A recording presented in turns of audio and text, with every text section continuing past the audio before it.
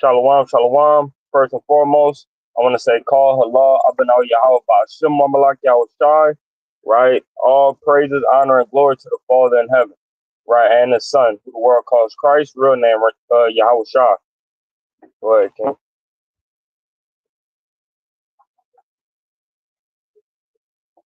It sounds like you're on mute.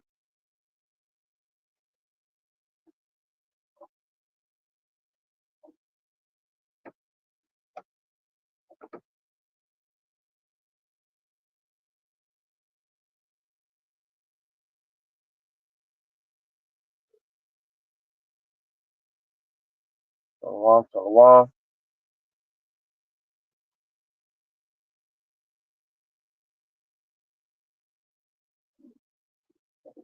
Khan, and I want to give a strong shout out and shalom, right, to the brothers, the sisters, right, the wives, the husbands, the children, right. Strong salute and salutations to you, man, for keeping these commandments in this ratchet world. And Lord willing, y'all praying for this kingdom to be over with almost every day, if not every day. Shalom.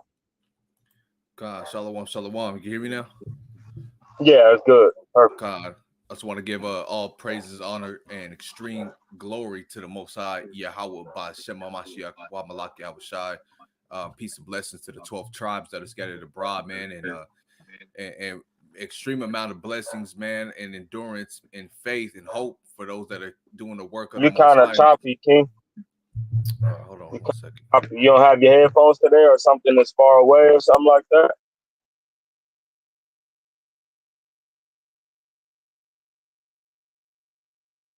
Maybe a fan is pointing towards the mic or something.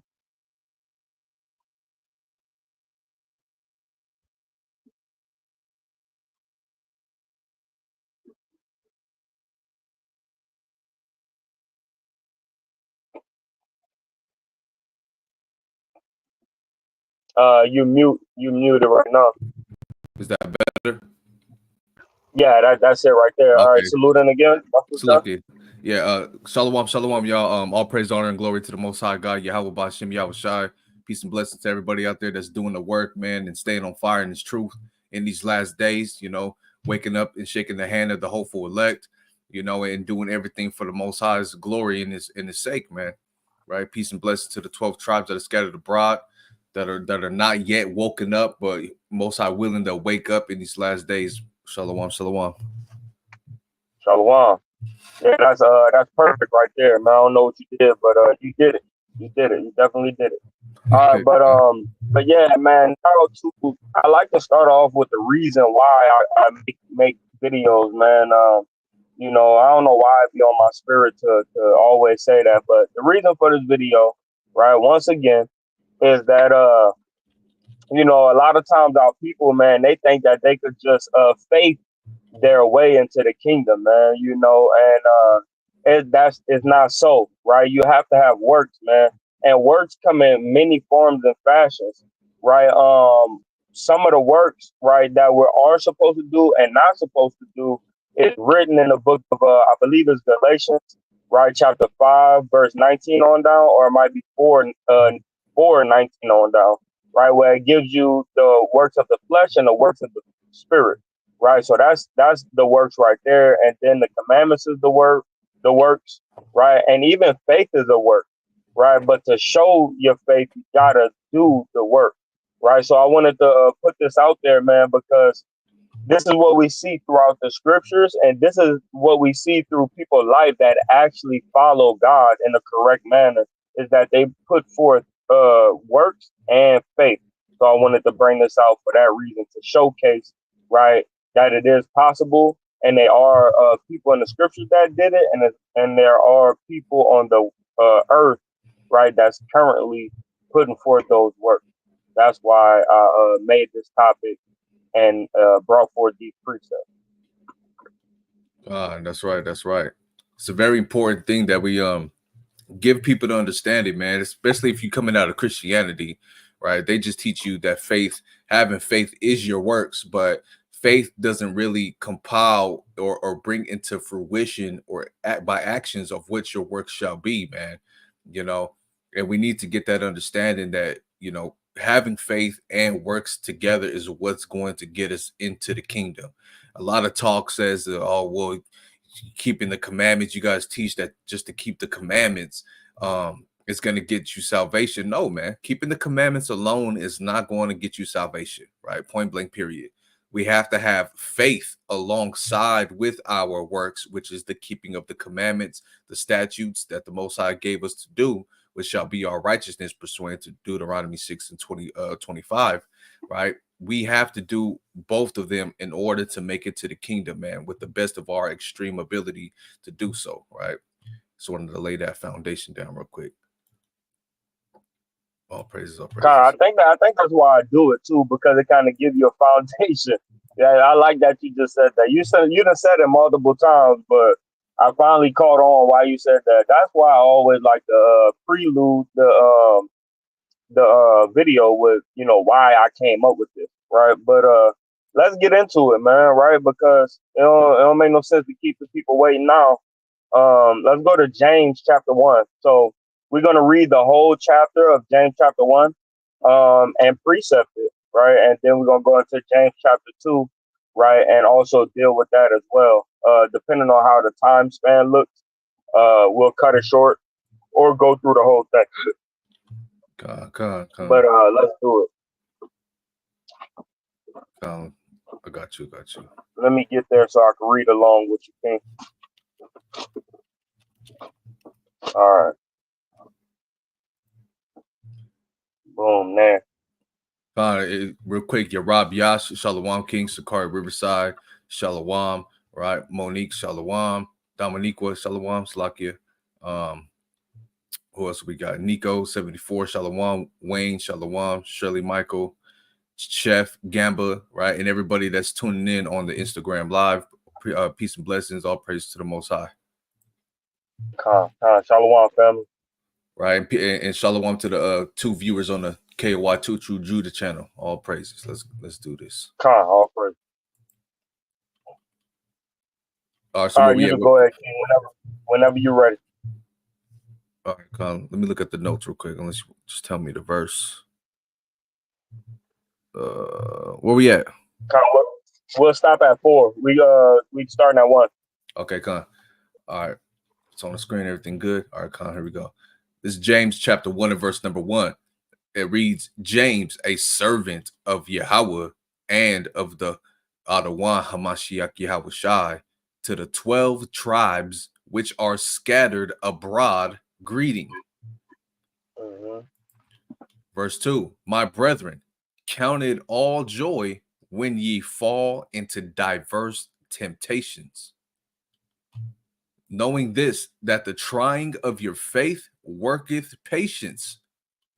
But let patience have her perfect work, that ye may be perfect and entire, wanting nothing. So, grab for me Sirach chapter 2 verse 1, right? So what I like about what James is bringing out right now is he bringing out that faith, right? Faith and patience coupled together is work, right? But he said, what? Let your faith have its perfect work. That way you may be entire, lacking nothing, right? When Adam and Eve, right, ate the doctrine or the fruit of the other nations, what happened? They ended up lacking. They felt naked, right? Because they lost their covering of the Lord due to sin, right? So when we do the works of faith, right, we're entire, right? That means we're not lacking anything, right? But it comes with that patience, right? Patience is that perfect work as well. You're not hasting, right, to go into temptation. You're not hasting, right, to get yourself out of trouble. That's a work. For you to be patient is a work, right? Because the flesh everything quick for the flesh. The spirit is patient, right? So I wanted to bring that out. Now watch how this goes directly with it. All right. This is the book of Sirach, chapter 2 and verse number 1.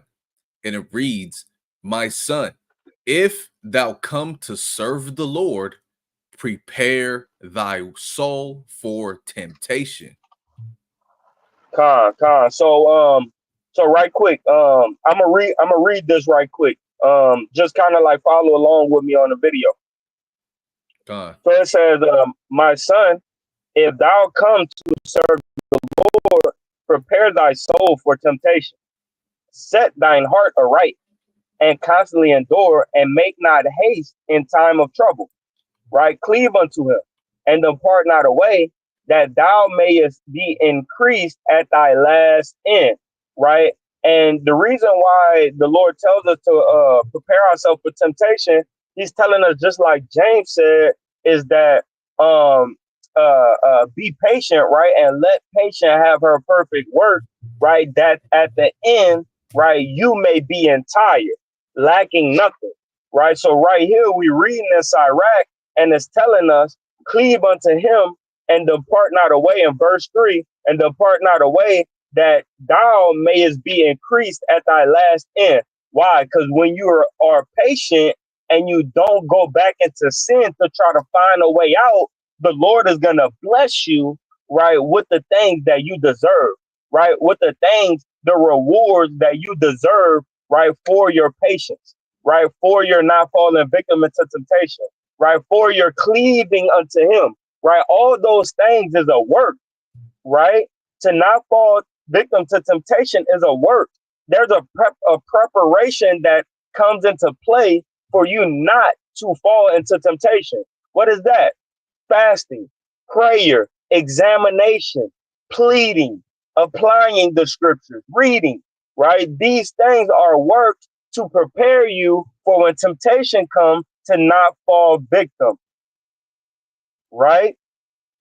that's So right. I'm gonna keep reading. Verse 4: Whatsoever is brought upon you, right, take cheerfully, and be patient when thou art changed to a lower state. For gold is tried in the fire, and acceptable men and women in the furnace of adversity. Right. So out we, right, get purified by the fire, right? But the only way for us to survive this fire or this affliction is by working, right? Is by working out our faith, working out our hope, working out our trust, right? Building up ourselves in the testimonies of Yahweh to see how many times brothers and sisters was delivered, right, in the name of Yahweh Bashim Yahushua, right? All these things, man, they prepare us, right, for the time to put in work to be patient, for the time to put in work to have trust, right? So reading on, believe in him and he will help thee. Order thy way aright. What's the work? What is the work? Order thy way aright and trust in him. Ye that fear Yahweh, wait for his mercy and go not aside lest ye fall. Ye that fear the Lord, believe him, right? What's the work? Believe him, and your reward shall not fail, right? So all these things prepare us for the reward that we have coming, right? But just like James was speaking about, right, in the book of James, chapter 1, verse 1 to verse 4, is to let that patience have that perfect work and don't hurry up and try to make it out, right, of the trying situation, but be patient, right, and don't fall into temptation. Is the same thing that our brother, our big brother, right, Sirach, his father and his grandfather, right, done. You know what I mean? That I mean, say it, right? Is the same thing, man. That we have to be patient and wait on the Lord, right? I yield right there. If you got something, King, I Con, don't want to hog it. con. Yeah, that's a powerful point, man. You know, it's the same thing. This is why it's very important to think of all types of analogies when we're reading these scriptures, right? Because it's the same thing when you're a child and you're barely learning how to ride a bike, right? You're barely learning how to ride a bike. Sometimes when you first get on that bike, right, you might have trouble. You might think you're gonna fall off to the side. You might fall down a couple times, scrape your knee, bump your head, or something, man. Right? But you need to have patience in trying to learn how to ride that bike for the first time. Even with the tricycles, you're still kind of shaky in the spirit. I don't know if I'm gonna, make it. I don't know if I can be able to do this. But guess what? A few years later, since you were patient in trying that work and practicing the work and trying to ride that bike, now you're over there speeding down the damn sidewalk, racing your friends. Now you don't even need tricycles no more.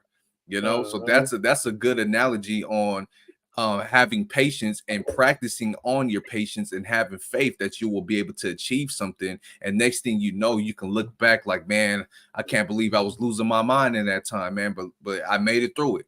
I had patience, I had faith, I had hope, I had trust in the Most High. Now all of that stuff is just a thing in the past, right? And there's a comment right here I want to kind of delve into. Mercedes 915 on the Instagram live says, I lost my faith when I wanted to get baptized, and the pastor said I wasn't ready. Right. So getting baptized, right? Getting baptized by the pastor in the church house is not going to give you faith, right? It's not gonna happen that way, right? Having faith and getting faith is going through certain afflictions and trials and tribulations in your life, and you working through that patience, that's going to increase your faith, right? Practicing on the basketball court when you 8 years old, right? And constantly doing the work and constantly going to practice, constantly doing exercises and drills. Guess what? Now you in the NBA, right? So you have to apply practice, patience, endurance, everything compiled, right? Together, that will give you the foundation of your faith. You know. So look, man. A quick point on What's his that name? too. What's his name? M. Sazy 915. Right. So you got to gain your faith by being patient in your affliction, right? And know that there's a better hope in the end. You don't need pastor to tell you that, right? Read the scriptures. Go ahead, King. Quick point on that. As well, that same thing happens, right, in the actual faith, right, in the truth, right, where somebody offends you, right, somebody offends you, and it makes you become rebellious, right, or it'll make you seem like, well, damn, he don't think I'm worth it, so I must not be worth it, but that's the thing that should strengthen you, right? Like when somebody tell you you're not gonna make the football team, it don't make you say, "Damn, well, he said I ain't gonna make the football team."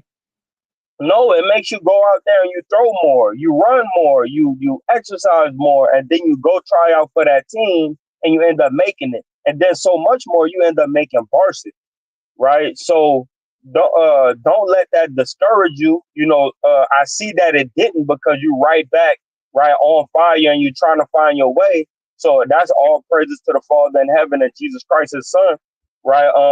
But yeah, I do want to say, man, that baptism from that pastor would have probably been your downfall instead of your upcoming, right? I don't know how many times brother Khalil got baptized. I got baptized like 5 times and it didn't work. The word of God is what works for me. Trials and tribulations is what work for me. So just the second, right, what brother Khalil said, that's exactly right. It's the trying of your faith. It's you going through problems that's gonna build up your faith, right? And Quick, I yield on that quick point. quick point before we move on. Like you just said something about if somebody tells you, nah, you ain't gonna make it to the NBA, man, you ain't gonna make it on the high school football varsity team. And if you tell yourself, well, he said I ain't gonna make it, I guess I'm not. You can't have that type of spirit. You need to show them otherwise, right? And then once you eventually get to that level, I made it to the NBA, NFL, the varsity team, etc. Once you make it to that level, now you can show those works unto those that are coming behind you. And now you can tell them and explain to them how to increase their faith now, right? So you be in that position so you can get other brothers or sisters in that position as well. That's the powerful thing. And that's what's going to increase the hope, not only within yourself, right? To be able to profess your testimony and show somebody else your faith, but now you're able to do it vice versa, right? And that's a powerful thing for yourself. And now you can show others how to get on that same path, right? All praises. All praise to the Most High. I wish I could text you on the side right now, King. But whenever we're doing like a monologue or like talking on the side, Baba Kushaw, if you could try to drop the screen so they could see us and like really engage with us. It's not we are on the screen. No, I'm saying, oh, I don't know how it work on Instagram, but on here, on YouTube, the share the scripture is still up. Uh, I hope you understand what I'm saying. Like, kind of like take off the scripture so we're bigger. You know what I mean? Okay, yeah, I see. God, it's lucky. I got you out Okay. when All we're doing right. the Thank you. monologue. God, no worries, Yeah. I got you. Exactly. Thank you. Um, so continue on in this, or where we at? No, we're gonna go back to James. Okay. So now it's time to go back to James. We're gonna read verse 5 and 6. All right, James chapter 1, verse 5, right? And it reads, if any of you lack wisdom, let him ask of Yahweh that giveth Slakia, right? That giveth to all men liberally and upbraideth not, and it shall Mm-hmm. be given him. But Uh-huh. let So abraded, just for the people that might not know, right? Abraded, right, means to hold back, right? So he don't hold back. He doesn't hold back, right? What he's gonna give you, right? So I just want to let that be known. Abraded not means to not hold back, right? Go ahead. con. And it reads in verse 6, but let him ask in faith, nothing wavering. For he that wavereth is like a wave of the sea driven with the wind and tossed. So when it says he that is waving is like a wave in the sea, tossed to and fro, right? That's going into you doubting. If you doubt, if your faith, if you're not standing strong and steadfast on your faith, somebody could come in with another belief, right? Buddhism, Judaism, right? Mormonism, right? All these different, they could come in with these different beliefs, right? And infiltrate what the Most High was trying to put up in you, which is the truth according to the scripture, right? And also another way to wave is doubt, right? That person that has doubt, his faith is not strong, so he's able to be infiltrated, right? So with that being said, I got two precepts on this point of John chapter 1, I mean of James, right? Chapter 1, verse 5 and 6. I got two precepts on this point, right? I believe. Yeah. So give me Sirach or Sirach chapter 1, verse number 5. Ah, this is the book of Sirach, chapter 1, and verse number 5. And it reads, the word of God most high is the fountain of wisdom, and her ways are everlasting commandments. So her ways are everlasting commandments, and what is her wisdom, right? So we get the wisdom and we become unwavering by the fear of the Lord, right? So now I want you to drop down to verse 27 and we'll read 27 and 28. This is the key point, right? I wanted to get that because that's where all wisdom comes from, is the fear of the Lord. Everything trickles down from Yahweh, right? All wisdom, all understanding and knowledge trickles down from Yahweh, right? Let's read. Khan, you mind if I start at 26? Oh, of course. Yeah, go ahead. Khan, verse 26. If thou desire wisdom, keep the commandments, and the Lord shall give her unto thee. For the fear of the Lord is wisdom and instruction, and faith and meekness are his delight. So another way for you to hold on to, right, wisdom and instruction, right, is what? Faith, that's a work. Meekness, that's a work. And that's his delight, right? So the works that you could put forth is faith and meekness, right? So read on. Verse number 28. Distrust not the fear of the Lord when thou art poor, So now when you are going through something, don't distrust your wisdom, your knowledge, your instructions from the Lord, right? Still keep the commandment, right? This is why in chapter 2, he says, what? Make not haste in times of trouble, right?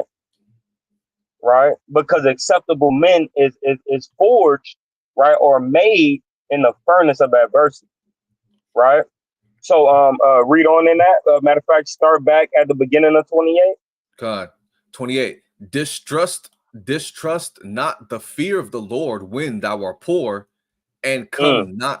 come not unto him with a double heart. So what does a double heart look like? Is you not trusting in the Lord, right? When you pray, when you ask for something, right? When you're going through trials and tribulations and you talk to the Lord, don't distrust in the Lord. Distrust is another word for unbelief, right? Don't have unbelief in the Lord, in the fear of the Lord. Don't have unbelief in the fear of the Lord, right? When you're going through something, still fear Him, right? Still have reverence for the Lord, right? Because at the end of the day, you think it's going to be you to get you out of it, but it's really the power of Yahweh Ba'Shem Yahushua, the Most High God in Christ, that's going to get you out of it, right? And I got a precept that coupled with this, and then you got it, King. Give me Matthew 21 and verse number I believe I wanted 20 and 22. 22, 22. Matthew 21. So Matthew 21, start at verse 20, we'll end out at 22. Uh, this is the book of Matthew, chapter 21, and verse number 20. And when the disciples saw it, they marveled, saying, how soon is the fig tree withered away?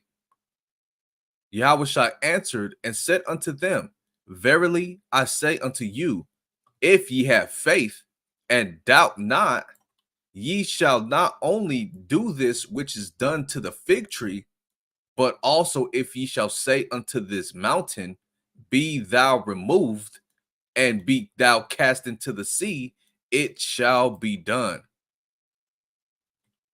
Right, verse 22. And all things whatsoever ye shall ask in prayer, believing, ye shall receive. So that goes into that trusting in the fear of the Lord and not distrusting, right? And then it's cool because the disciples was like, damn, how fast was this tree, removed, right? How fast did this thing wither? Like, because it happened immediately, right? But they ask for things, we ask for things, and it don't come immediately, right? So it's not on our timing because we ask for it. I tell the Lord, bring forth His kingdom every day, and just because it don't look like it's on the way, every time we look at the news, we look at these watchful people, right? That's looking at all these wars. It's confirmed every day that the kingdom is on the way, right? So just because it don't look like your prayer was answered, it was, right? If you pray believing, right, ye shall receive it. So the same thing that James is talking about, right, in the book of James, chapter 1 and verse number 5 to 6, right, is what our beloved brother Yahweh Shai, right, some of our, close relative, right, is talking about right here, man. Right, where if you have faith and you pray without wavering, boom, it shall be done unto you.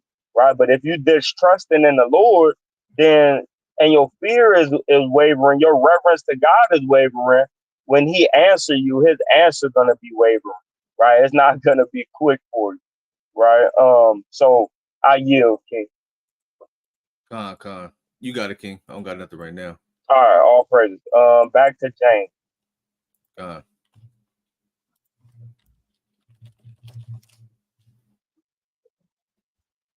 James chapter 1 and verse number Start at 7. 7. Con. James chapter 1 and verse 7.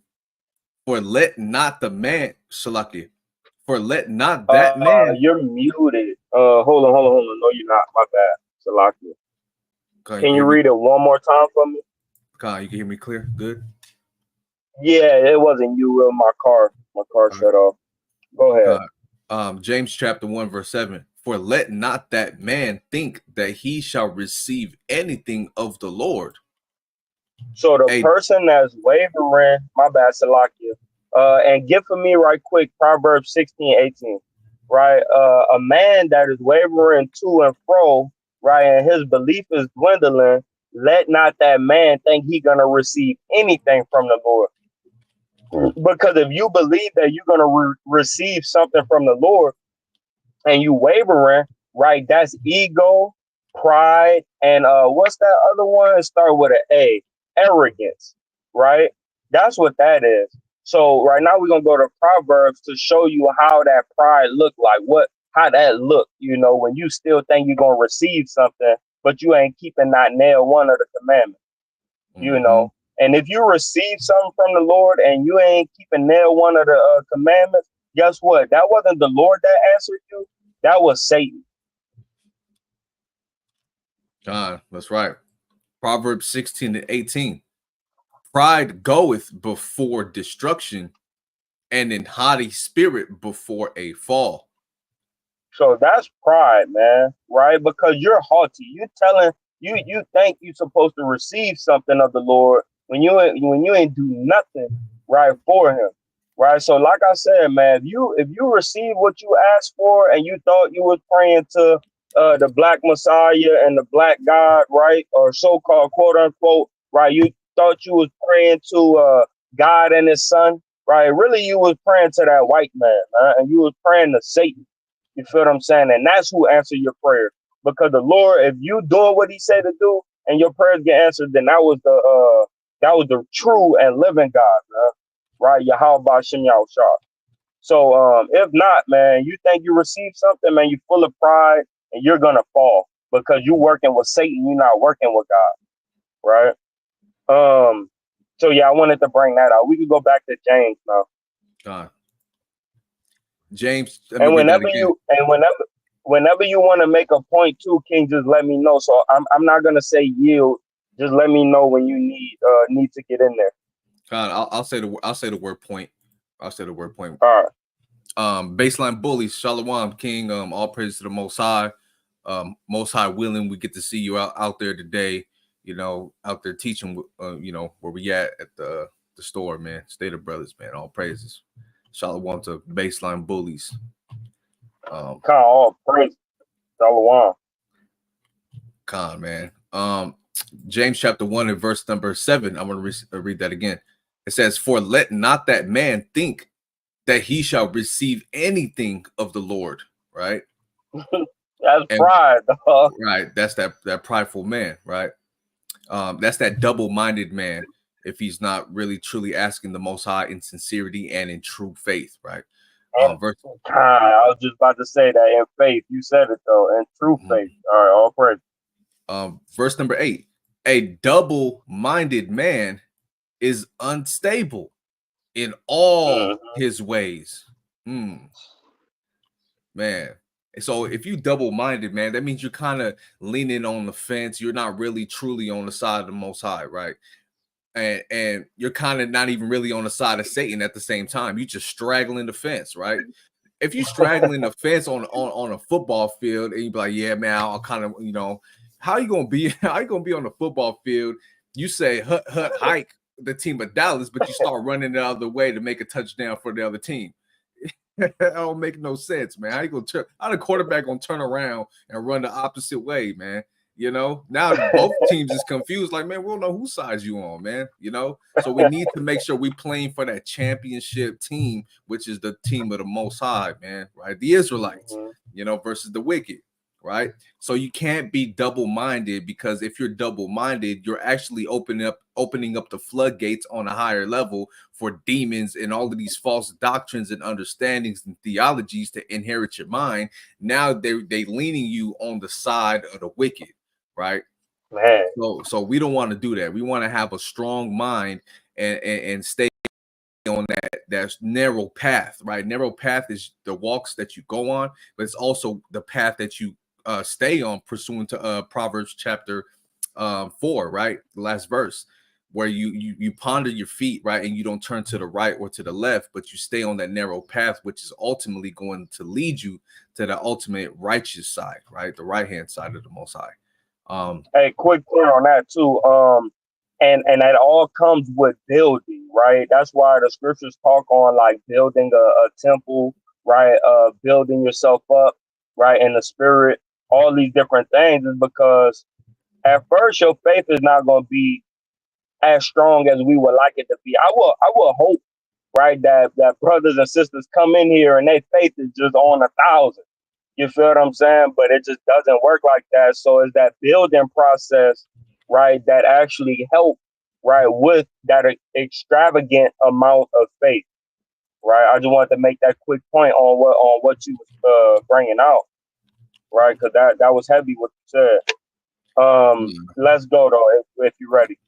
Yeah, I want to actually bring something out real fast. I have a preset, Okay.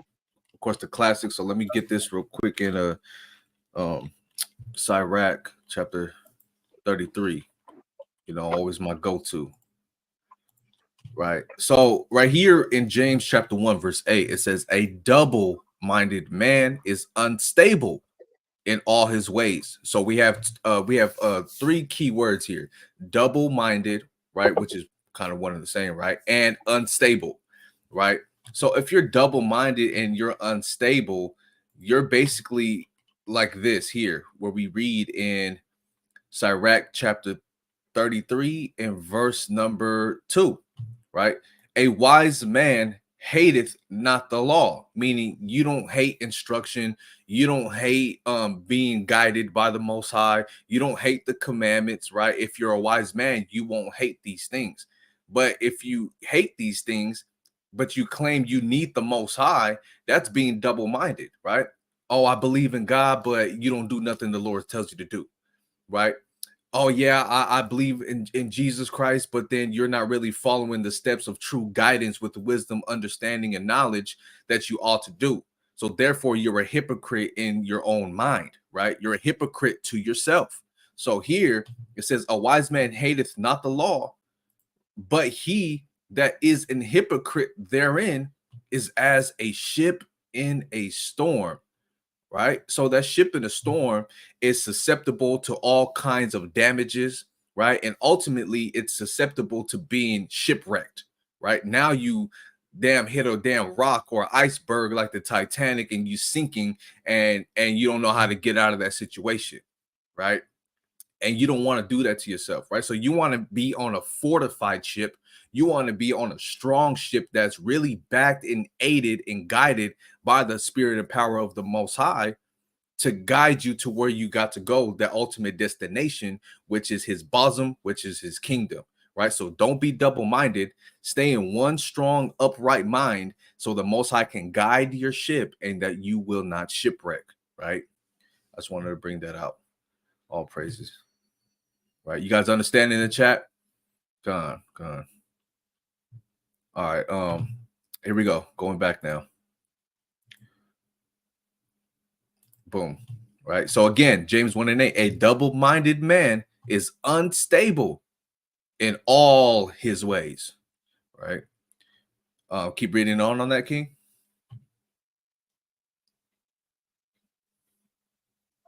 We going to verse 11, but if you want to tap in between, go right ahead. But I got a precept at 11. Gone. I'll keep going to 11. Verse 9.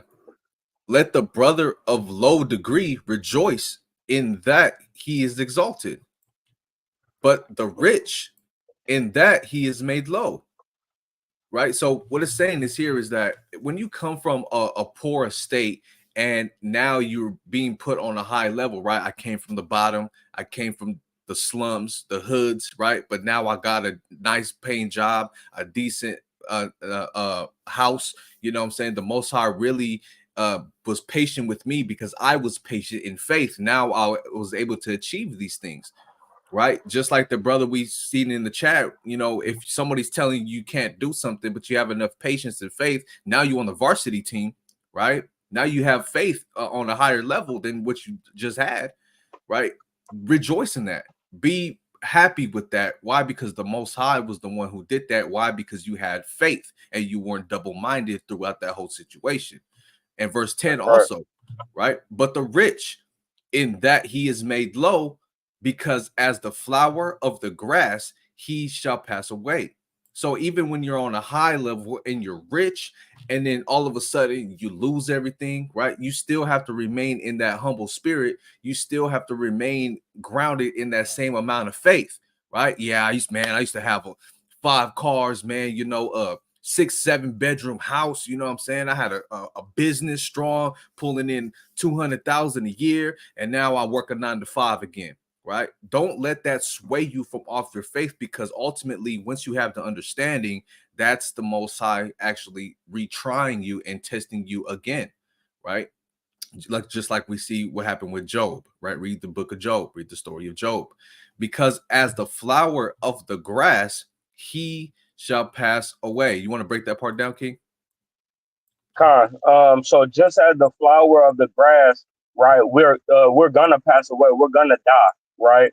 So no matter if you at a low degree or a high degree, all of us have the same fate at a certain point of time where we're gonna pass away, right? So through our beloved brother, right, forefather for some of us, right, James, he's telling us to pay attention more to works and righteousness and faith than you do the material things of this world, right?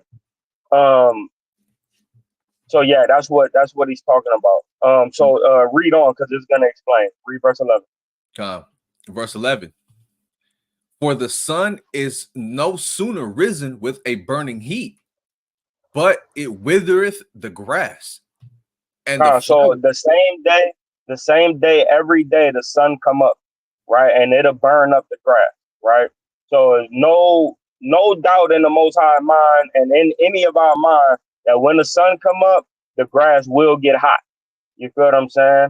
On a spiritual note, right, this is talking about man, right? As much as the sun go up and come down, our days are going away, right? Go ahead. Con.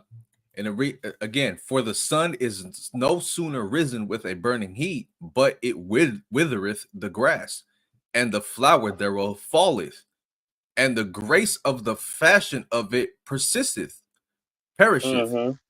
So Mm-hmm. also shall the rich man fade away in his ways. So no matter if you're grass, which would be equated to the poor, right, or you're a flower, which would be equated to the rich, we both burn up and die, right? We both get old and perish, right? So it's better for you to work good works, right, as a poor man or a rich man, right, than for you to just solely focus, right, on your rich um point, right? Go to Proverbs 28:6, Con. right?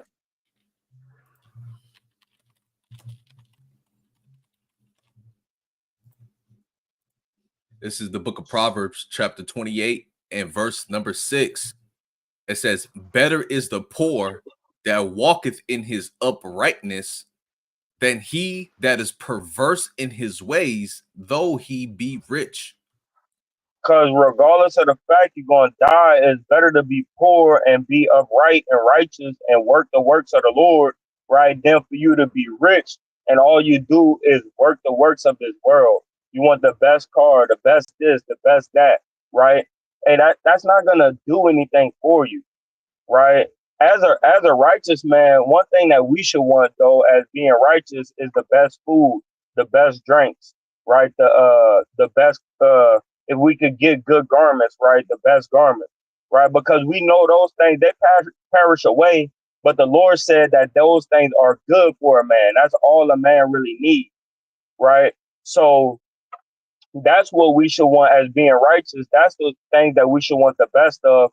Besides, and when I say besides, it's like right next to, right, following the law, statutes, and commandments and having the faith, right, in Yahweh Hashem Yahushai. So go back to James chapter 1. And so when it comes to being righteous, we need to solely focus, right, on what's important, and that's the laws of God. That's doing what God commanded us to do, right? Preach His word, be instant, in season, out of season, right? Not wavering in our faith. You know what I mean? And being being in His truth and being in understanding or being in subjection to Christ, right?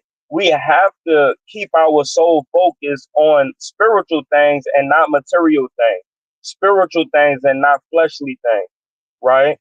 So that's a big key on the works, right? Is to know what you are serving when you're serving it, right? When you serve the flesh, after it's done or before it starts, you need to be able to identify that you just served your flesh, right? You need to be able to identify that you're serving material things, right? So make sure you're focused, man, and you're examining yourself daily, right, to see if you be in the faith, right? Because some days are not as easy as others, man, and some days are easier than others, right? Stay focused. That's right. That's right. God. James 1 and verse number 12. It says, "Blessed is the man that endureth temptation, Mm-hmm. for when he is tried, he shall receive the crown of life, which the Lord hath promised to them that love him." To them that what? That love him.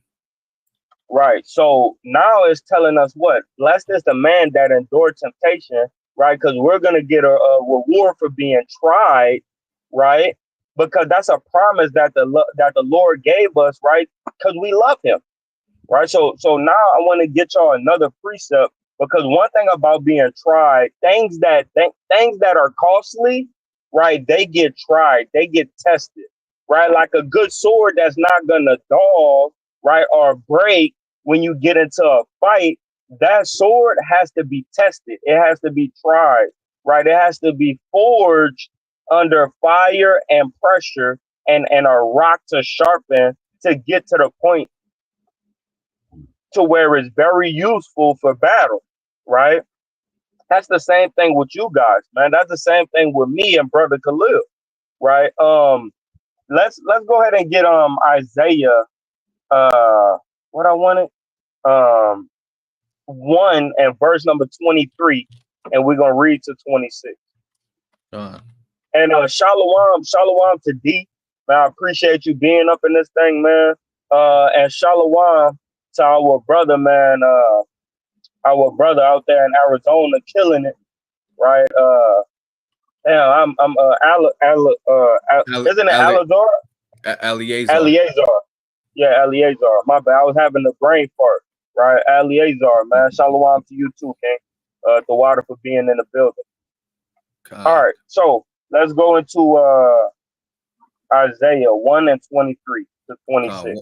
1 and 23. Con. Real quick, Shalom to Woodha, right? Young Jake out there in Kentucky, right? Hope most high willing you making through that endurance and temptation is what we're bringing out today. Right? King Dripper, Shalom, Young Wolf, Shalom, Ahaya 7, Shalom, and Yahweh's only Shalom, Eliezer, Shalom. Peace and blessings to everybody in the Shalom, chat. shalom. All right. Right. And Shalom Woulda. I think Woulda went to Georgia, man. Shalom, man. Hope you're doing all right out there, man. Con. All right. Isaiah chapter 1 and verse, it's lucky, number 23. It reads, "Thy princes are rebellious, right? And companions of thieves." Mm. Man, everyone loveth gifts and followeth after rewards. They judge not the fatherless, neither doth the cause of the widow come unto them. So we are the princes and the princesses, and all of us became rebellious, right? Through first and foremost, we was rebellious before ass whooping, right? Let me just put that out there. And then through ass whoopings, we got more and more rebellious, right? Why? Because we're the children of Israel and we're stiff necked and rebellious people, right? So the Lord, He has to jam us up to get us right, right? So when we make it down to 26, y'all gonna see the transition, and through our rebellious and the Lord trying us, right, we become a better people, right? So that's why every brother or sister that come into the actual truth, the true faith, right, of Yahweh Ba'ashem Yahushai, they all have a hell of a testimony, right? Let's keep going, King, unless you got a point. Con, yeah, there's a point I want to make right here at the last portion of this where it says, they judge not the fatherless, neither doth the cause of the widow come unto them. Right. So they don't even care. Right. They don't care about what's going on within the community. They don't care about what's going on with anybody else outside of them. Right. Because when you have enough faith and hope, you'll have that to a high enough degree that you will be able to, kind of think and hearken on the conditions and situations of your people, and you will try to help guide them in that same way as well, right? You can't be in there, oh, I got faith, and it's just not express that or give that to your brothers or to your sisters as well, man. That's not a good thing. If you have enough faith and you have the understanding on how to achieve that, hey, express that to the next man. Share that wisdom out, because you'll be washing sins off your hands, right? Blood off your hands when you do so. Because all of that faith you compile, all of that hope you compile, the understanding you've gained, but then if you hold it within yourself all the days of your life and you pass away, and then you get judged, hey, all of that's going to come to naught, man. It's going to be for nothing. So you don't want to take that risk. If you have faith and you have hope, right, give it to the fatherless and give it to the widow, and understand where they're coming from, so that way you can kind of pinpoint on how to direct them with to gain that same type of faith that you've gained, right? Yeah, I just wanted to bring that out. So all praises to Abanawa Yahweh, man. And do me a favor, 'cause you probably got a free phone. You know what I mean? My phone is Yeah. occupied. Hit Kazak and make sure they go pass on Smiley and get them. Um. Oh, I'll text you right now. Let all me right. read it. I got you real quick. Let me read this while you break it down. I'm gonna send you a text. Okay. Um, All right. where we at? James, back to James, or keep reading on Isaiah? No, we at Isaiah. Okay. Isaiah 1 and verse number 24. Therefore saith the Lord of hosts, the mighty one of Israel. I will ease me of mine adversaries and avenge me of mine enemies. Right. And this is not talking about the whole world. This right here is talking about our people. Right. So he's going to get our people right. Right. And we see this in, I believe it's Exodus 32. Right. I don't know what verse it is, but I believe it's Exodus 32. He says that because Moses was like, he was like, because the Most High was like, "Hey, I'm gonna kill everybody, and I'm gonna make you a mighty nation." Moses was like, "No, don't kill everybody. That's gonna make us look bad, right? Have mercy on us, right?" And he said, "Okay, I'm gonna listen to you, but those souls, right? I'm gonna have to judge, right? Those souls, I'm gonna have to judge." So, Khan, I talked to him this morning. Now that's why I'm telling you. So I talked to him this morning. He still got a football game. He'll be done, and then my Kazak and them go get him. Okay, cool. Yeah. So what was I thinking about? Okay. Reading again. We had 24. All 24. right. Yeah. Therefore, saith the Lord of hosts, the mighty one of Israel. At last. I would ease me of mine adversaries and avenge me of mine enemies. Right? These are talking about Israelites. Okay? These are Israelites, the rebellion, right? But watch how he's gonna do it, right? This is why the trying of your faith work is patience, because at first you was an adversary. I was an adversary, right? And the Lord judged us enough to make us a non-adversary, to make us a joint heir, right? To make us a possession of his own, right? But it took us being judged and tried first to become that good silver, right? That good gold. You understand? So verse 25, I will turn my hand upon thee and purely purge away thy dross and take away thy tent, right? These are all the impurities that happen to dwell in beautiful metals, right? All metals, really, right? But we like to equate this to the silver and gold because the scripture does, right? Impurities are in all metals when you find them in the earth, right? Mm-hmm. But in silver and gold, they got dross and tint, right? Tin is an inexpensive metal, right? Dross is dirt. So the Lord is going to clean us of that because we're once was his adversary, right? We once was his enemy, but he's going to make us his son. He's going to make us his daughter. He's going to make us his friends, right? By the trying of our faith. So read the next verse, Baba Kusha. Uh, verse 26. And I will restore thy judges as at the first, and thy And that count. right there, Salaki, and that right Lucky. there is what is said in verse 23.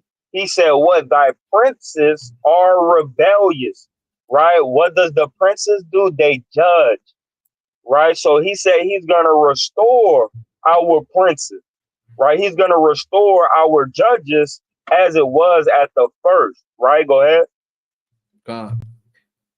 And I will restore thy judges at the first, and thy counselors as at the beginning. And our counselors, Salakia, will be the elders, right? So he's gonna bring back our elders, right, as there was at the beginning. Who's that? How does that look in Adam's time? A seer or a prophet, right? All praises to the Most High. A seer or a prophet, right, is gonna came through the garden to check on Adam, right? That's an elder, right? So, and then we see it throughout the beginning of the Bible in the first five books. Our elders, judges, princes, right? Kings and different judges, right? So he said he's going to restore that as well. How though? By trying us, right? Go ahead, King. God. And it says, afterward, thou shalt be called the city of righteousness, the faithful city. Mm.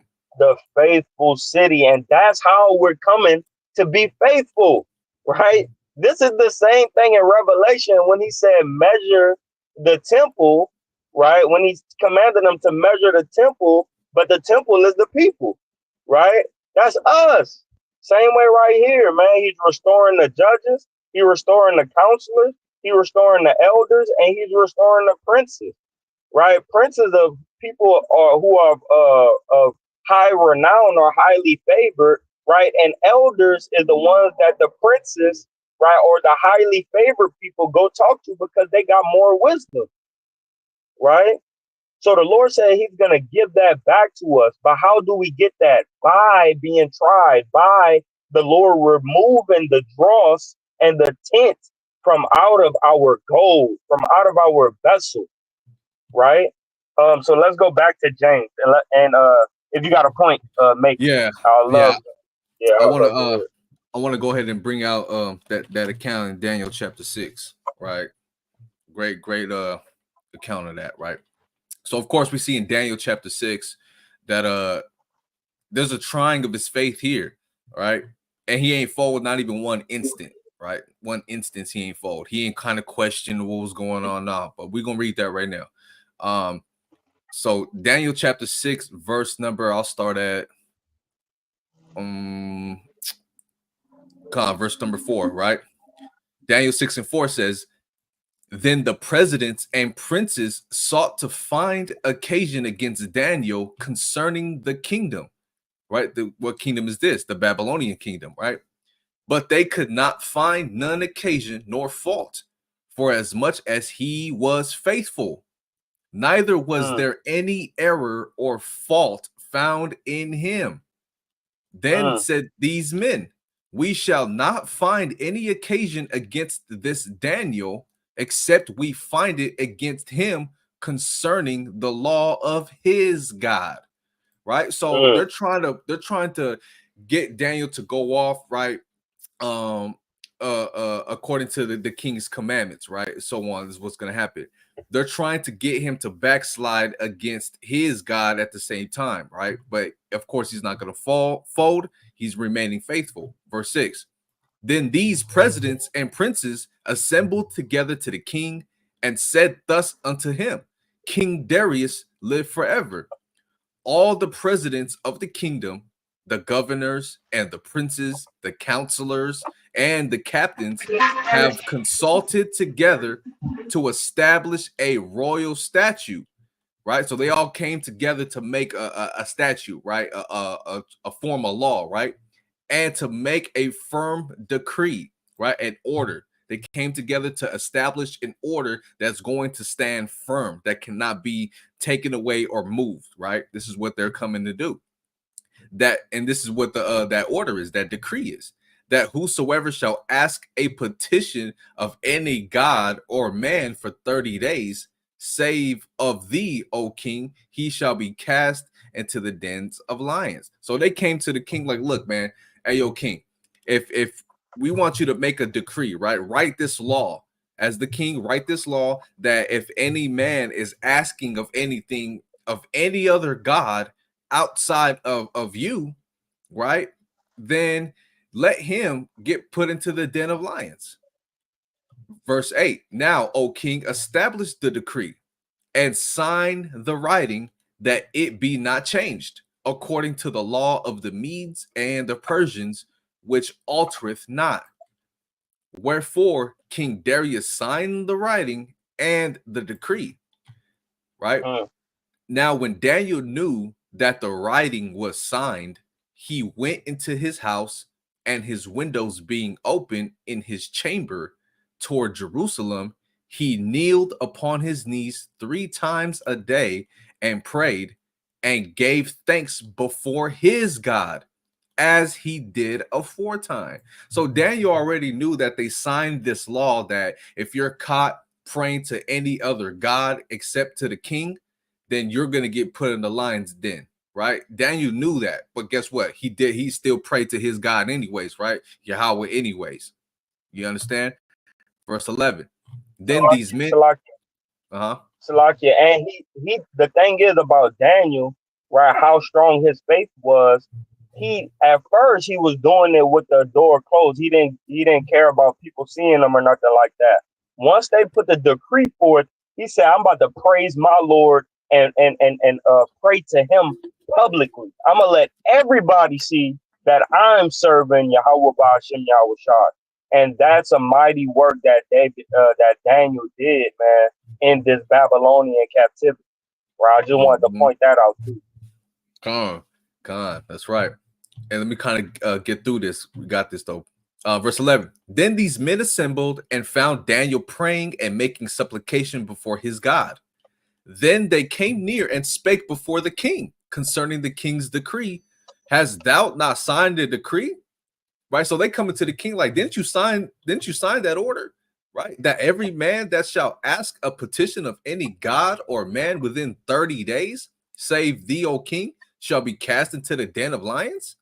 The king answered and said, the thing is true. Like I did sign it, right? According to the law of the Medes and the Persians, which altereth not. So like, yeah, I did sign that decree. Like that nobody can pray for 30 days to any other God except for, to me, right? Except for me, right? Then answered they and said before the king that Daniel, they was like, oh, your boy Daniel, though, which is of the children of the captivity of Judah, regardeth not thee, O king, nor the decree that thou hast signed, but maketh his petition 3 times a day. It's like, yo, but Daniel, though, he ain't listening to that order. Matter of fact, he's over there praying 3 times in one day to his God, right? Then the king, when he heard these words, was sore displeased with himself and set his heart on Daniel to deliver him, and he labored till the going down of the sun to deliver him. Right. So now let's skip down a little bit. Right. Verse 16. Then the king commanded, and they brought Daniel and cast him into the den of lions. Now the king spake and said unto Daniel, thy God, whom thou servest continually, he will deliver thee. And a stone was Mm-hmm. brought and laid upon the mouth of the den, and the king sealed it with his own signet and with the signet of his lords, that the purpose might not be changed concerning Daniel. Right. So now he threw Daniel in the lion's den, right? But we're gonna come right here to verse 20, right? So I'm not too long-winded with it. But I encourage you guys to go read Daniel chapter 6, though, right? Verse 20. And when he came to the den, he cried with a lamentable voice unto Daniel. No, that's not what I want. Boom, boom, boom. Hey, but right quick though, that shows you how much the king cared about Daniel though, Mm-hmm. right? That shows you how much. Like he was like, I mean, Daniel, y'all don't know how you gonna do it, bro, but call on your Lord, save yourself. Then you're like, I love you, Daniel. Like, don't die. Yeah. You know what I mean? He's like, oh, damn, Daniel, you my boy, but I'm the king, though, I man. I gotta do it. gotta do it, man. Damn, why you gotta come on, man? You know? So I just want to get to the powerful point right here. Right here.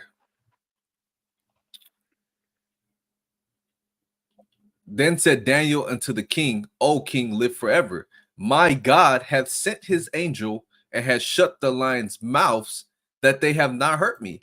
For as much as before him innocency was found in me, and also before thee, O king, have I done no hurt. Right? So right here. Then was the king exceeding glad for him, and commanded that they should take Daniel up out of the den. So they threw Daniel in the den. The lions didn't even hurt him. They even starved some of the lions. They starved the lions before they throw a body in there, right? That's their custom. But they didn't even devour Daniel because the Lord was with him, right? So Daniel was taken up out of the den, and no manner of hurt was found upon him, because he believed in his God. See that? Mm-hmm.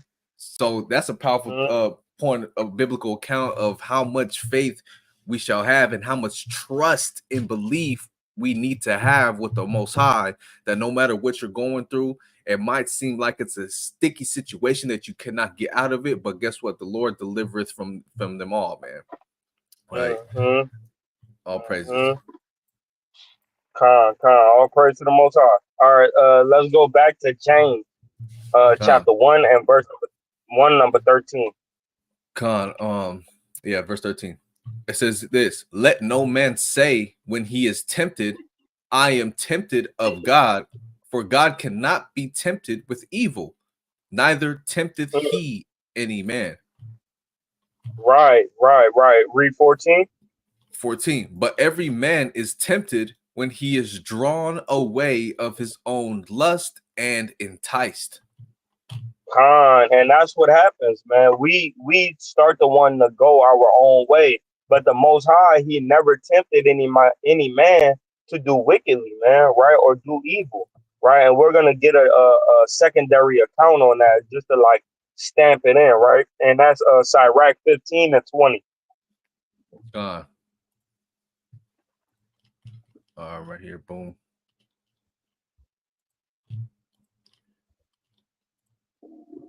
This is the book of Sirach, chapter 15, and verse number 20. And it reads, he hath commanded no man to do wickedly, neither hath he given any man license to sin. So he just like James said, right, is the same thing the son of Sirach said, right, or his grandfather or him, right, is the same exact thing, right. So we see that even James was studying, right, Sirach, right. So let's go back. Let's go back. So we're gonna get 16, and then we're gonna move to chapter 2, and then we're gonna work on getting up out of here. Right. James chapter 1, verse 15. Let me start at 14 again and read through it. But every man is Con. tempted when he is drawn away of his own lust and enticed. Then when lust hath conceived, it bringeth forth sin. And sin, when it is finished, bringeth forth death. Mm. Man. And that's Romans 6:23, right? Go Mhm. ahead. Verse 16. Do not err, my beloved brethren. So he's telling us, right, don't go off, right, my beloved brethren, because these things are important. What I'm telling you to do and what not to do is very important. So don't err, don't go off, right, my beloved brethren. So let's go down to chapter 2 and we're going to start at verse number 15. Read 15 and 16. This is James chapter 2 and verse number 15. If a brother or sister be naked and destitute of daily food, and one of you say unto them, depart in peace, be ye warmed and filled, with notwithstanding ye give them not those things which are needful to the body, what doth it profit? Yeah, what that's gonna do? You just telling them, hey, faith, man, look, be healed, man. You know, go ahead and yeah. You can get some clothes, yeah, down the way somewhere, and be blessed, amen. Right, and you send them up their way, right? And you don't give them none of the things that they was asking you for, that they was telling you that they need, right? What does that profit? How that's gonna help? Right. So I got a precept to go with that, right? To couple with that. And that is Luke chapter 3 and verse number 11. Okay. Right. Because Yahweh Shai, he commanded us to how to operate if our people are lacking. Right. He commanded us these things. He gave us the go ahead. If you have one, two, three, or more, right? Really just two, right? Give that person that's lacking one, right? That's why sometimes you might even see on camera brothers take off their fringe shirt, right, and give it to another brother that didn't have no fringes, huh? Or brothers take off their zeets, which I don't subscribe to anymore. Brothers take off their zeets and give them to another brother, right? Because we see that they destitute of daily food, right? We see that they destitute of the proper clothing. So we do those things. Why? Because it was commanded to us from Yahweh Shah, right? Let's get it. Mm-hmm. That's right. Luke chapter 3 and verse number 11. And it reads, He answereth and saith unto them, He that Get the hath question. what question? Where talking about? Get the question. 10. Hold Okay, on. yeah, I got you.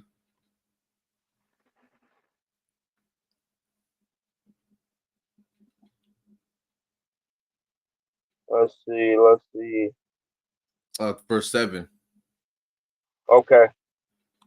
Luke chapter 3, verse 7. Then said he to the multitude that came forth to be baptized of him, O generation of vipers, who hath warned you to flee from the wrath to come? And what he's going in on is these people was looking for the people to profit them instead of them profiting the people. Right. That's why he called them vipers. Right. And what else he called them? That's it Oh, in Luke. vipers.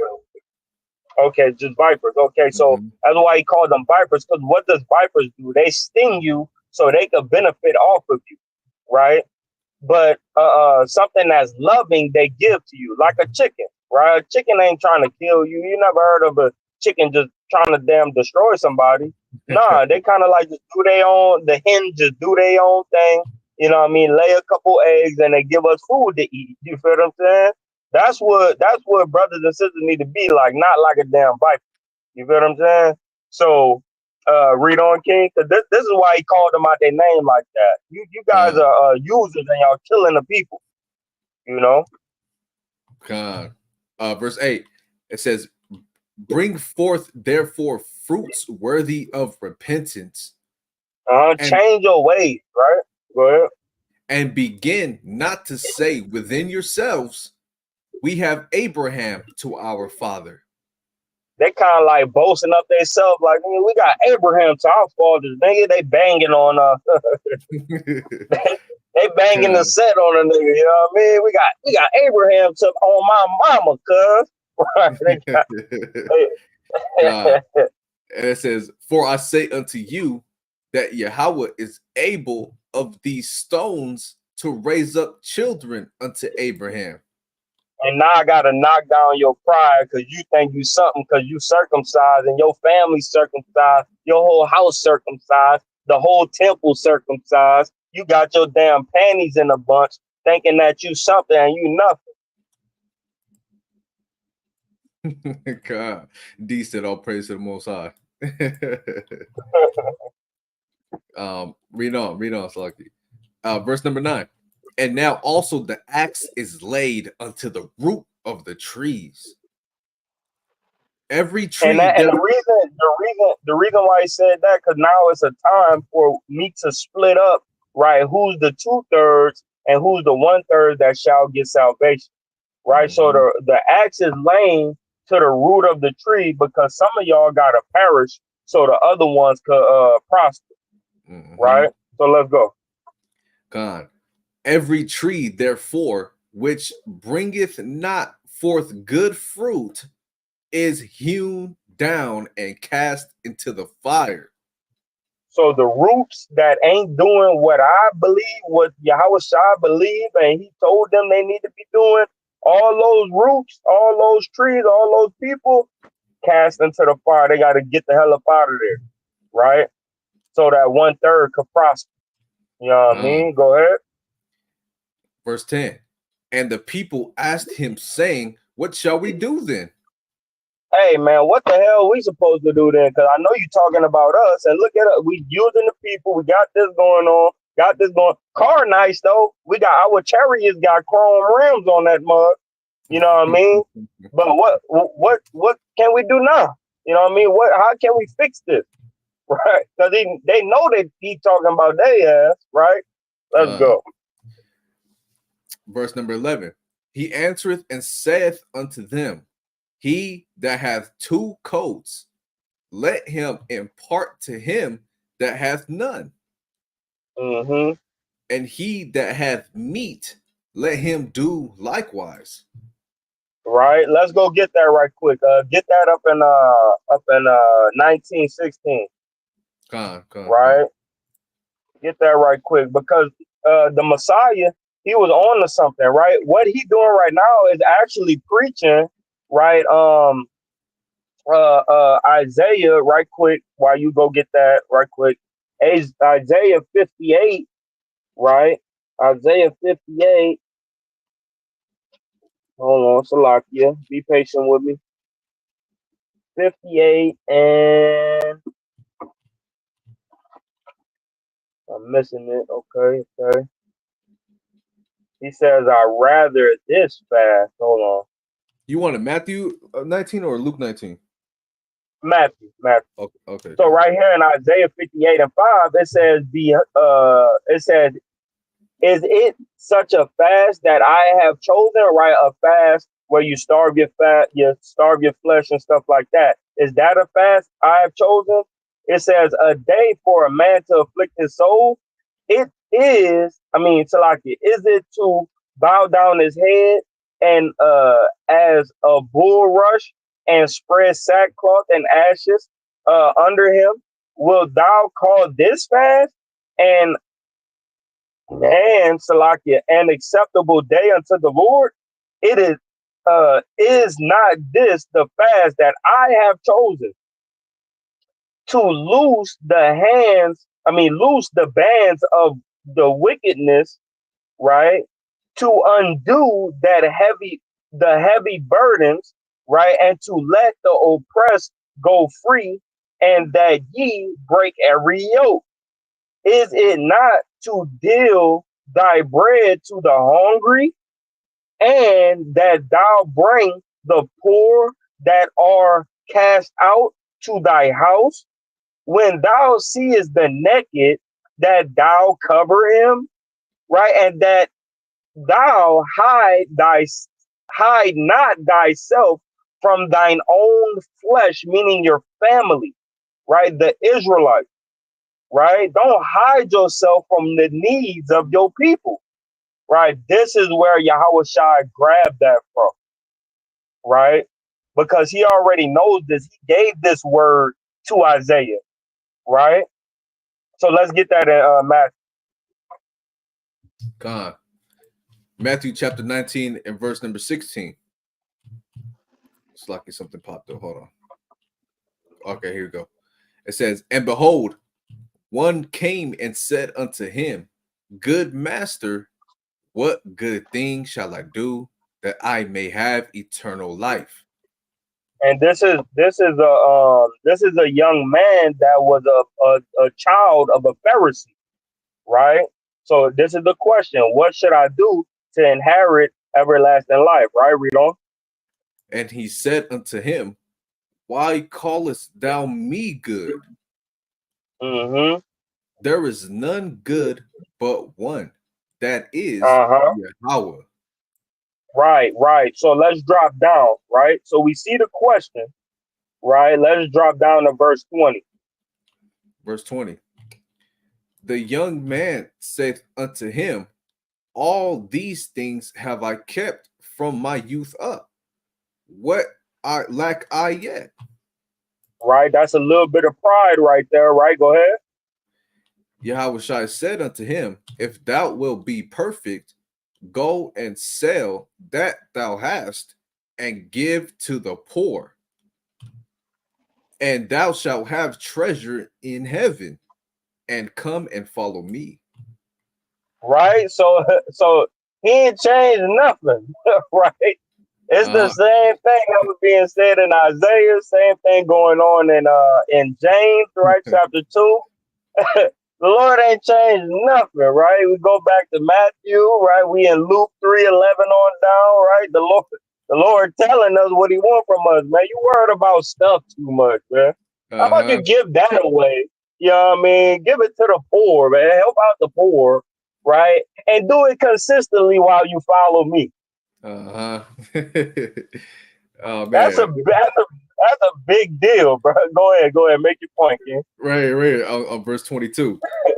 But when the young man heard that saying, he went away sorrowful, for he had great possessions. Oh man. He's like, man, you talking about give up my 3 lambs I just got 2 months ago? Oh man. Oh, that's a week. That's weak, man. Like if y'all watched the live that I did yesterday, right? Repent because some of you Israelites are going to sell out, man. You're not gonna want to get the kingdom, giving up your possessions, man. You don't want the kingdom. You don't want to give up your possessions. You want to take heed to the ways of the world.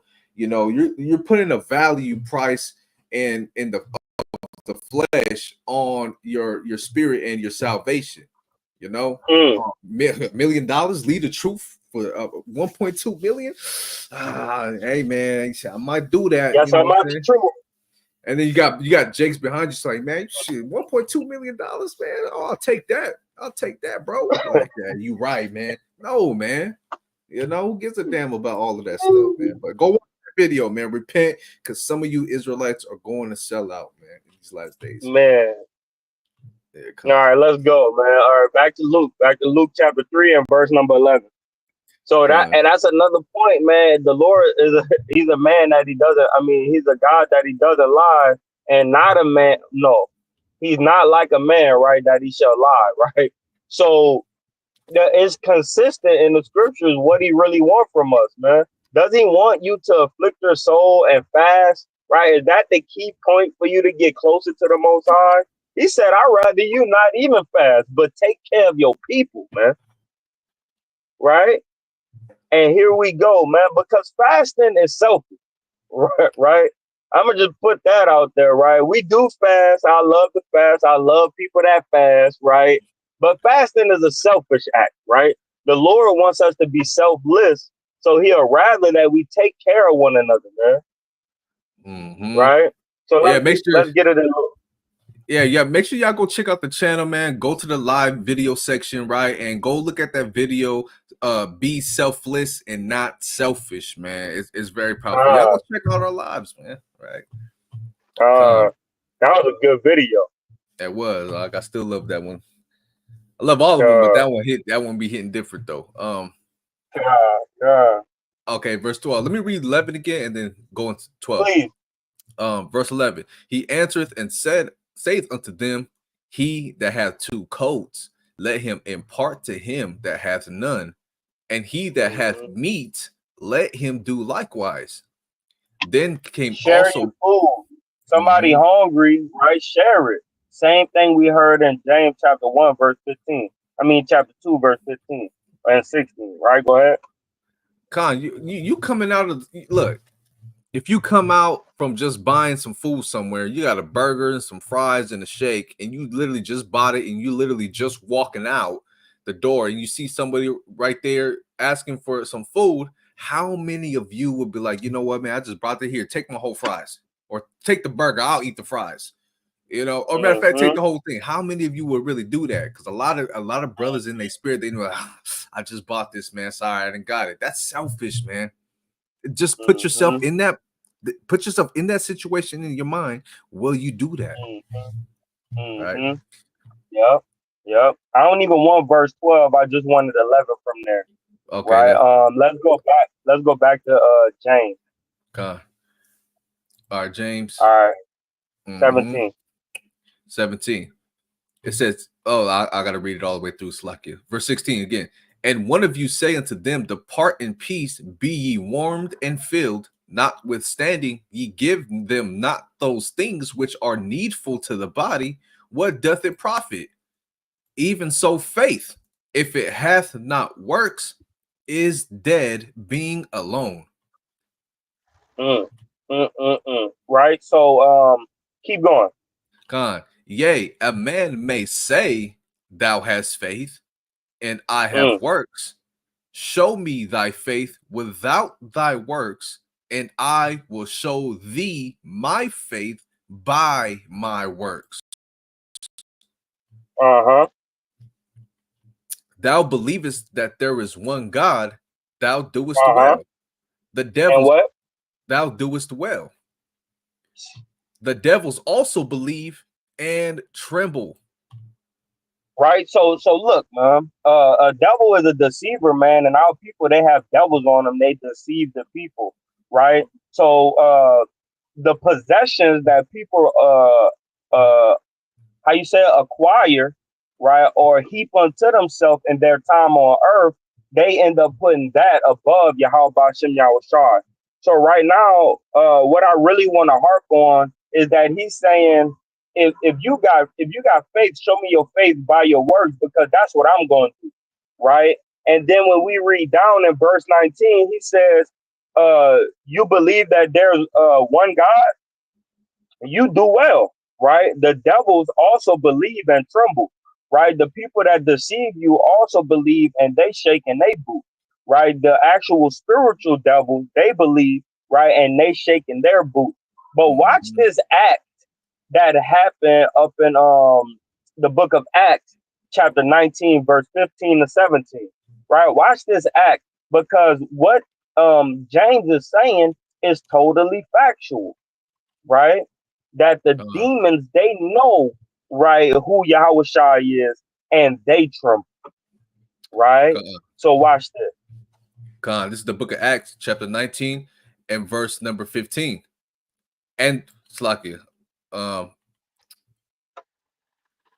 13. I got started 13 for the Slakia. Unless you want to get straight to the point. Now, 13 is what I got highlighted. We could go straight to the point. It depends on what you feel. Listen to your spirit. Let's go to 16. And the man in whom the evil spirit was leaped on 15, them, 15, 15, 15. Acts 19 and 15. And the evil spirit answered and said, Yahushua I know, and Paul I know, but who are ye? So this is the spirits, right? They understand. Just like in John, just like in the book of James, right? Chapter 2 and verse number Salakia 19 it says, you believe that there's one God, you do well. The devils also believe and tremble. Right here in Acts, what he said. He said, Acts 19:15, it says what? the evil spirit answered and said, Yahushai, I know, and Paul, I know, but who are you? Right? So these evil spirits, they know the Lord, man, and they tremble, they fear, man. But to you that don't know the Lord and you ain't got Yahweh Shai dwelling in you, the demons looking at you like, who the hell are you?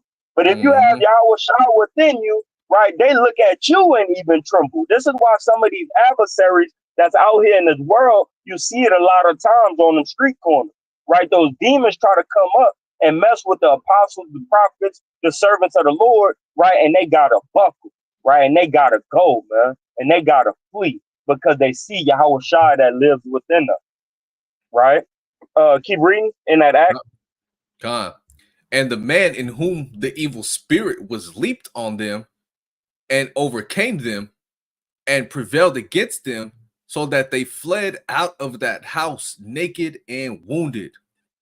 Hey, man, that spirit, right? That mug leap, boom. So it's still in the man though, because the spirit has to have a vessel, right, to harm you, right? So the spirit hop, boom, and bop, bop, bop, bop, whoop they tail, right, and send them out there wounded, man, because they didn't have Yahweh Shai living within them, right? They didn't have the faith, man, right, that Yahweh Shai required them to have, right? But Paul, I know, Yahweh Shai, I know, but who the hell is you, man?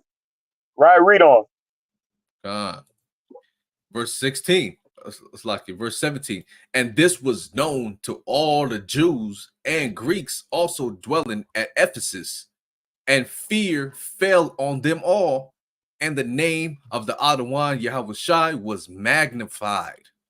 And through that, right, through that, the name of Yahweh Shai was magnified, man. Right, through that act, man, of them getting blue bopped and the evil man saying, I know Yahweh Shai. You know, his Mm-hmm. name was glorified and magnified. But the key point that I wanted is that these spirits know the Lord, man, and they know there's one God and they tremble, man. Right? If you got a point, go ahead. If not, God, we're gonna go back to the game. God, yeah, I got some right here. In verse 18, and many that believed came and confessed and showed their deeds. Right. So They many of change. them, changed their ways, right? And and throughout a process of time, even at that exact moment, even 2 days later, 3 days later, 5 days later, 10 days later, right? Plethora of people are just coming and coming and coming. And now they're like, oh yeah, we believe now. Like, hey, faith increased on a high level. Now we're showing our works, right? We're gonna actually have enough faith, right? Because we saw it, right? And now we're going to actually apply the works. That's why it says showed their deeds. And what are the deeds that they showed? Many of them also, which used curious arts, brought their books together and burned them before all men. And they counted the price of them and found it 50,000 pieces of silver. So mightily grew the word of Yahweh, right? Which is Yahweh Shai, and prevailed, right? So Mhm, look, mhm. man, it's very powerful once you witness a mighty act, whether it's coming through affliction, whether it's enduring temptation, whether you see the next man go through something and he overcomes that temptation. It's all faith boosters. We need to each other and hit ourselves with a bunch of faith boosters, right? By keeping of these commandments, enduring affliction, tribulations, gaining knowledge, wisdom, understanding, reading, praying, fasting, right? We need to find what a faith booster is and keep hitting ourselves with that injection of that faith boosters and stay on high. Stay on high. I seen the script. I seen a post on Facebook the other day. It says, "Ain't no high like the Most High." I was like, "Yeah, man, that's what we on. We on the Most High, Oh, man." praises. Oh, You know. praises. Hit your ass D with that too, nigga. it, Yeah. D said, "I needed to hear this. I have been falling off the path and going backwards, but I'm coming back." Come on, get his brother a hand, man. Get his brother a mighty hand, man. God, all praises. Come on, Call man. hello, Abanawa Yahweh, man. Oh, praise. Yeah, come to Boy, camp, man. all praises. Come to camp, man. If you got off, man, come through, man. Hit me on the side, hit me on the DM. I'll send you the address of where we at, man. It's an God, all extreme praises. faith booster when you out there teaching the word for sure too. You know. no cap on that one, man. Come to camp and you gonna want to keep coming. All praise to the Most High. Most High willing, right? Kind of all praises to the Father, man. You got anything else, Right. King? Yes, I do. Back to James, Baba Kusha. Con. James 2:20. Yeah, con. It says, "But wilt thou know, O vain man, that faith without works is dead." Is dead. Wait, And Slocky. Let me read that again. that's Let me read that and again. that's it's a lot. Uh, Yeah, con says, "But Go ahead. wilt thou know, O vain man, that faith without works is dead?" It's a question. So that so this right here, man, is the exact precept, right, for Romans 6:23. Go ahead, you got point? No, I just wanted to let it know that this is a question being asked. I read it incorrectly. Yeah. Forgive me. Con, go ahead. Con, verse 21. Was not Abraham our father justified by works when he had offered Isaac his son upon the altar? Man, seest thou how faith wrought with his works, and by works was faith made perfect? Man, see, that's powerful because they say, well, Abraham just had faith, right? Abraham, we're the children of Abraham. All we got to do is have simply faith.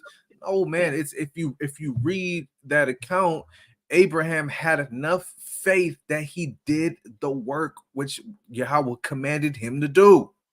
It's Con, very, call very, law. very simple, man. It's Hmm. come on, man. That's black and white. That's plain upon tables, you know. Um, I'm good. I'm good until we get to 26. So if you want to touch in, just uh, touch in. verse 22. It says, "Seest thou how faith wrought with his works, and by works was faith made perfect," means complete, right? He had enough faith that he did the work, right? And it was made complete. And the scripture was fulfilled, which saith, Abraham believed God, and it was imputed unto him for righteousness, and he was called the friend of God for righteousness. I don't know if you cut out right. So look, fulfilled would say, and it was imputed unto him for righteousness, right? Because when we keep the commandments of God, which is faith and action applied all in one, right?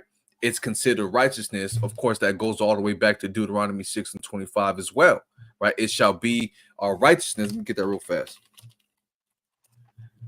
Deuteronomy 6 and verse number 25 says, it's loaded real quick. Deuteronomy 6:25.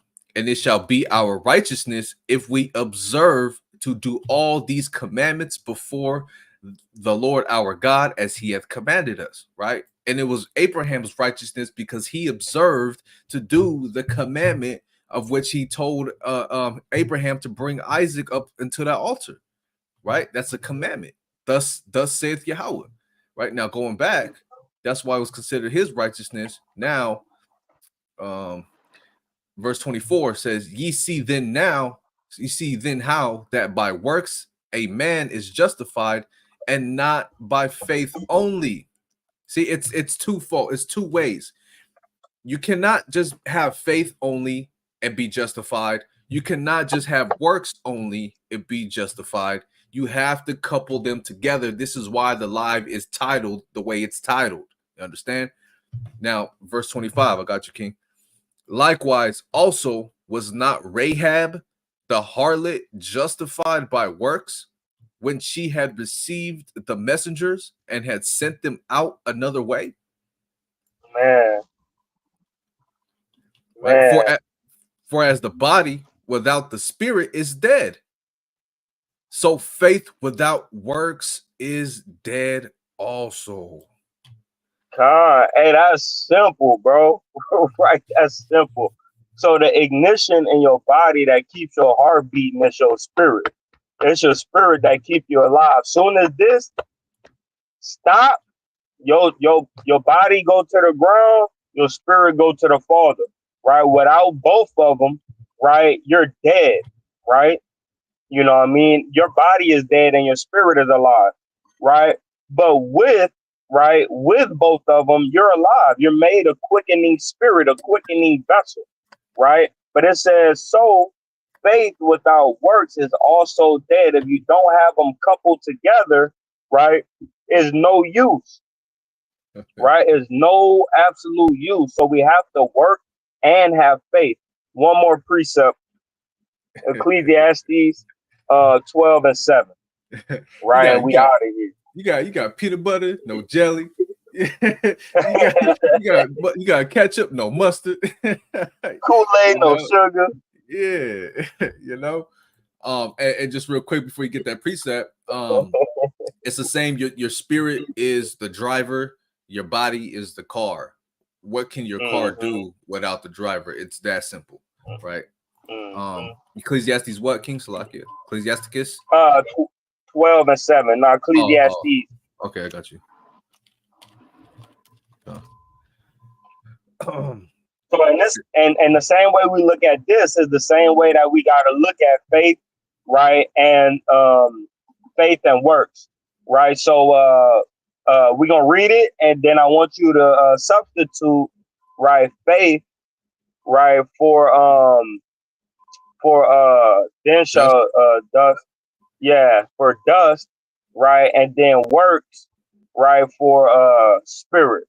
Uh, Ecclesiastes 12 and 7 says, then shall the faith return to the earth as it was, and the works shall return unto God who gave it.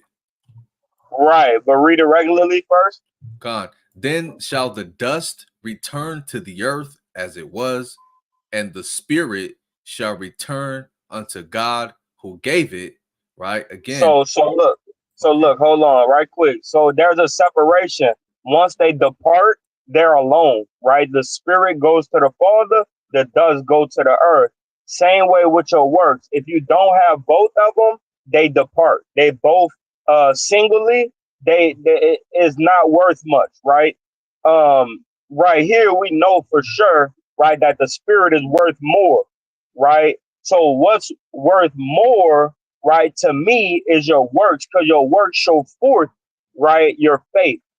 So I think that the works would be spiritual, right? Just like we see in the book of Romans, chapter 7 and verse number 14, that the law is spiritual, but I am carnal, so sold under sin, right? mm, So we see the thing that's more important is your works, because the faith is evident, right? But your works make it seen.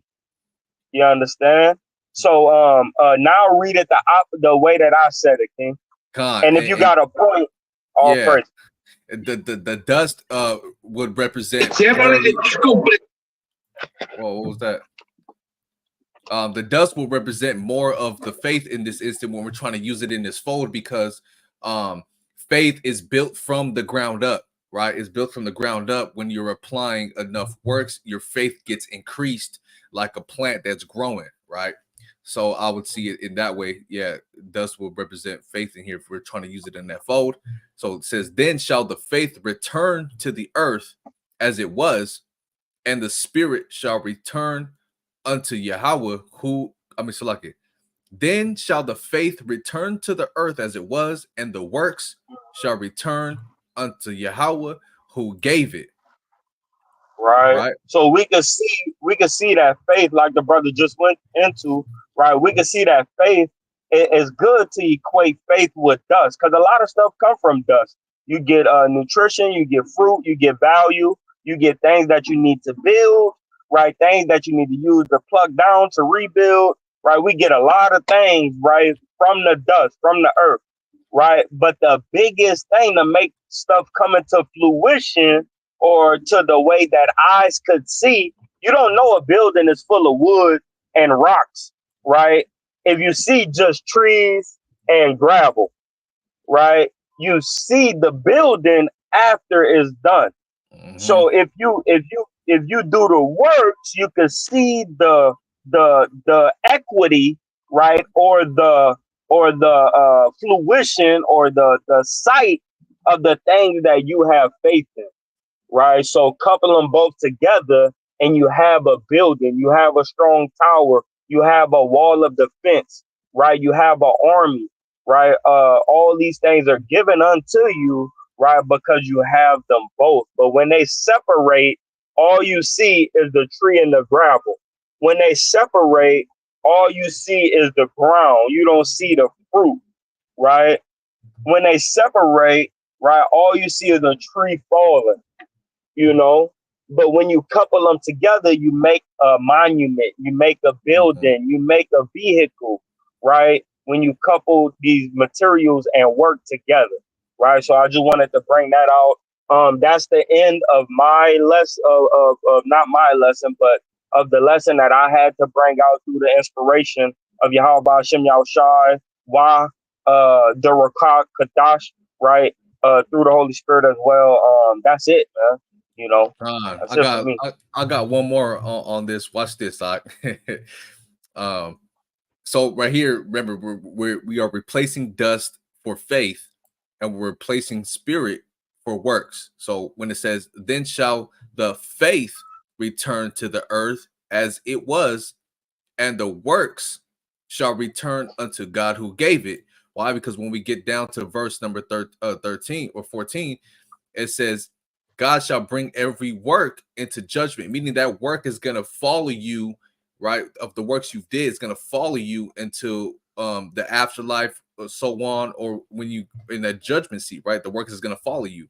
Now, when you go back here to verse 7, then shall the dust or the faith return to the earth as it was.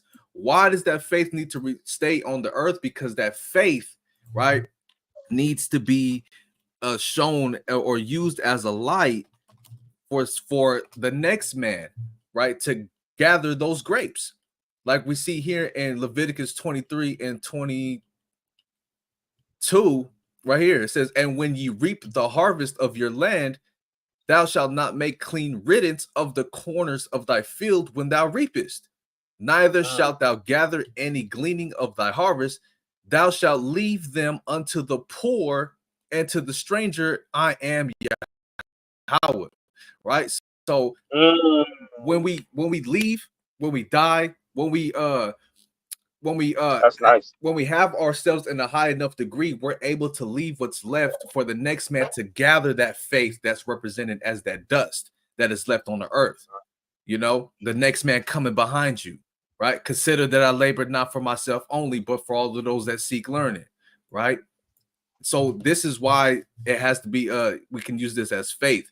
That dust is going to return to the earth. The dust is going to return or remain on the earth for the next man to gather that same amount of faith so he can follow in that same league, right? Mhm, Man, I like that one. mhm. All That was praise. beautiful. And then when you go into the works, right, it says that the Lord is going to judge you according to the works that you put forth on the earth. So when you say that the works go up, right, they going up to the Father. So when he come back, he could judge you accordingly, right, to your Mhm. works that you put in, right, to your spirit that go back up to it. Right. That's Yeah. I like the way you brought forth that Leviticus, right, on the dust, because that shows how us walking in faith and showing our works of faith, just like Rahab the harlot, just like Abraham, it left us a gleaning, right, to be able to use that after they left, right? So Mhm. I like the way you brought that out. That was beautiful through the spirit. When you say execution, right? You just executed that. That was ice. All praise to the Most High, man. Yeah, and also the works going up, like the spirits going up. The works are going up because why? The it says the law is spiritual. Romans 7:14. So the works is spiritual. Doing the law is spiritual. That's what's going to follow you when you pass away, you know, and things like that. But the faith is going to remain here for the next man to gather. Because where do we get the faith, Doc? Where do we get the faith? We get the faith in the earth in the time of us living here. Right, right, right. That's correct. Yep, that's definitely correct. So Man, I all gotta praises. start heading up. Nah, I'm about to go grab the speaker, and then I'll be on my way up there, man. I'll see y'all out there. I'll be there at 2, man. Lord willing, you can con, get out there early. But con, with that, man, we're gonna give all honor, glory, and praises, right, to Yahweh Bashem, uh, Hamashiach Yahushai, right, and the water, man, for all everybody that tuned in, right. I appreciate y'all, man. Y'all helped us through the spirit, man, and I think it was a beautiful lesson, man. And I'll pass it to the brother, God. Khalil. Yeah, peace and blessings to everybody, man. The water for tuning in. Make sure y'all check out the YouTube channel, K.O.Y. Israelites Inland Empire, man. And support the ministry, man. We doing the best we can to the best of our ability that the Most High gave us to do. Right, everybody that tuned in on the Instagram live, we're gonna start streaming here as well because I see we got a plethora of viewers and we were able to help a plethora of different brothers and sisters out. So, man, all praises to the Most High, man. We'll see y'all next week. All praises. Shalom, y'all.